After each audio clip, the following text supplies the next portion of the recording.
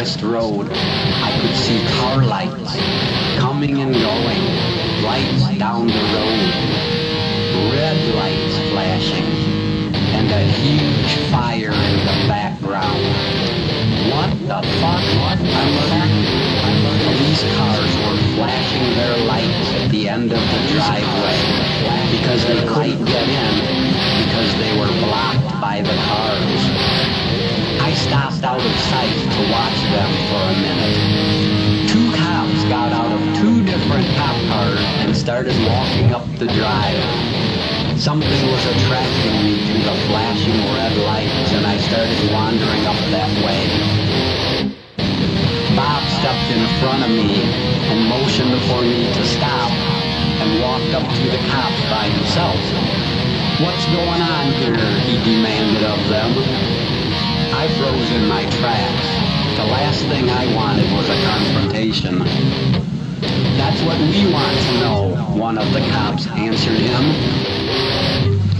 I couldn't exactly hear what they were saying, but Bob was telling them things like,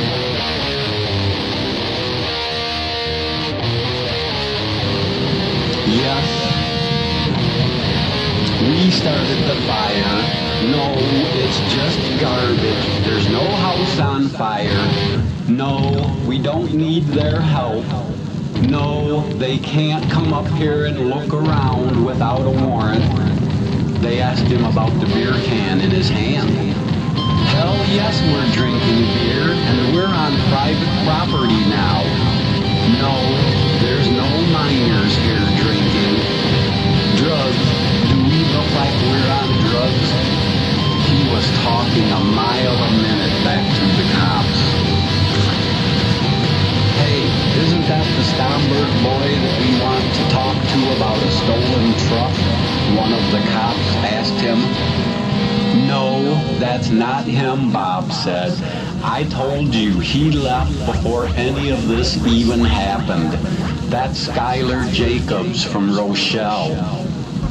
Eventually, Bob started telling them to shove off or call in and get a warrant because they were on private property and they weren't doing anything wrong.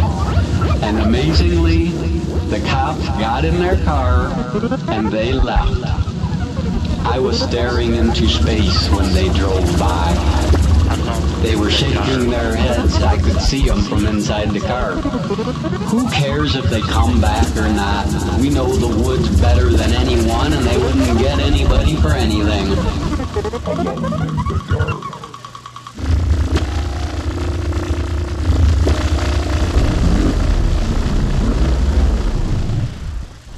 Bob comes over and starts talking to me like a drunk speed freak on acid will do.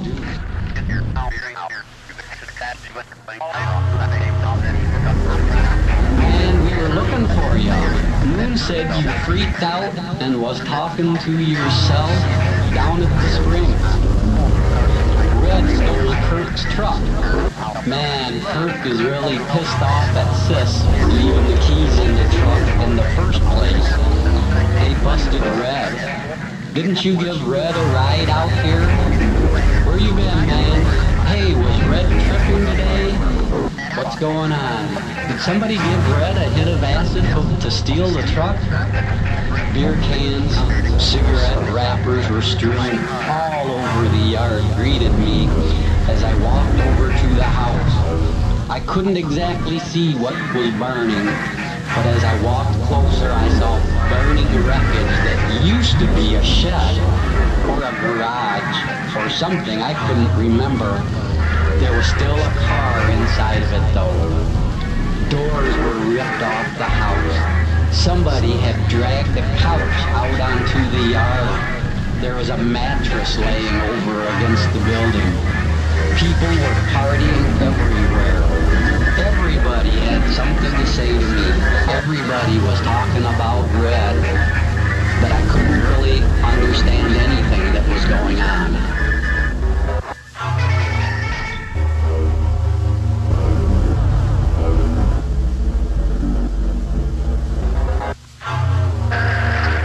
I was looking for a familiar, friendly face.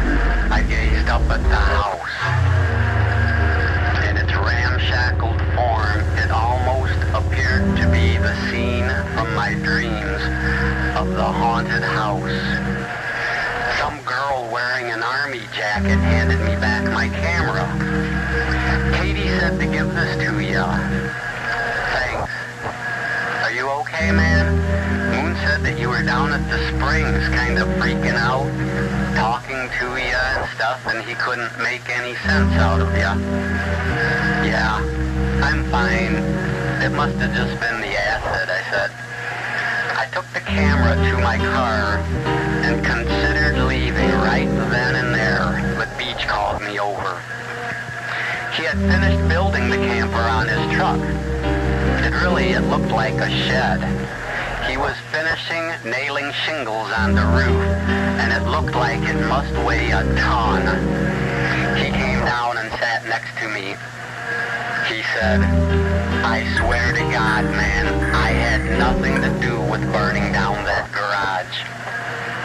I lit up a bowl. I was tripping my ass off building my camper, he went on.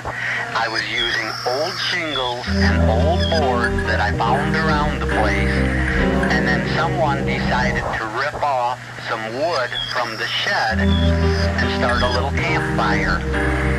There were so many people tripping and drinking that the place was bound to get trashed, I said. Major trashed. The whole place is fucking dumped, I told him.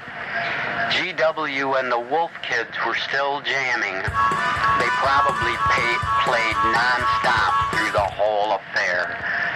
I looked around at the wreckage. The fire was burning big and bright. I watched the car inside it sparkle with jumping flames until my head started swirling. It was dark and late, but there were still a lot of people here.